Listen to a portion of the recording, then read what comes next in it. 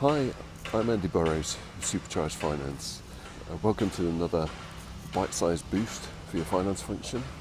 Just a reminder that at www.superchargedfinance.com you can find lots of tips, advice, content, blog articles, training material, etc. to help you boost your finance function so that you can give your business a boost.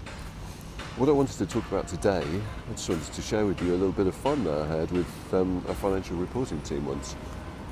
Fun? Financial reporting, you might say? Well, yeah, it was a bit of fun.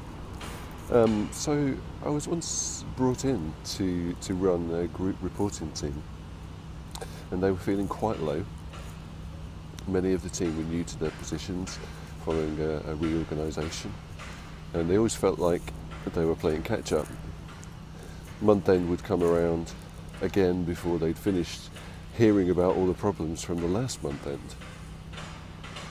And each month end cycle was anticipated with dread because they knew it was going to mean long hours of frustration and never quite knowing whether they were going to get it right or not. And the director I was going to stand in for, she was one of these people that had been in the business a long time. She knew the business inside out and the finance processes, and the shortcut to everything was just to let her be as hands-on as possible. So I had two problems. Firstly, the motivation of the team, and secondly, because I didn't know anything about the way things worked, I couldn't help them in the same way that my predecessor could. So my solution was to come up with a football analogy, or soccer if you're American. I said to them, look, football players have a weekly cycle of games. We have a monthly cycle. They push themselves really hard, max themselves out physically every single weekend, but they don't dread it. It's what they're all about. And what's more, football players are keen to improve week by week and show how well they can perform as a team and as individuals. They want to win. So maybe we've lost sight as a team of what winning is in group reporting. So let's define what our equivalent of winning a football match is and focus on doing better every month.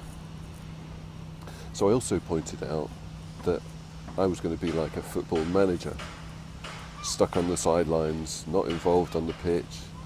My role wasn't to get on the pitch and play with them, but to help them to be the best team they could be.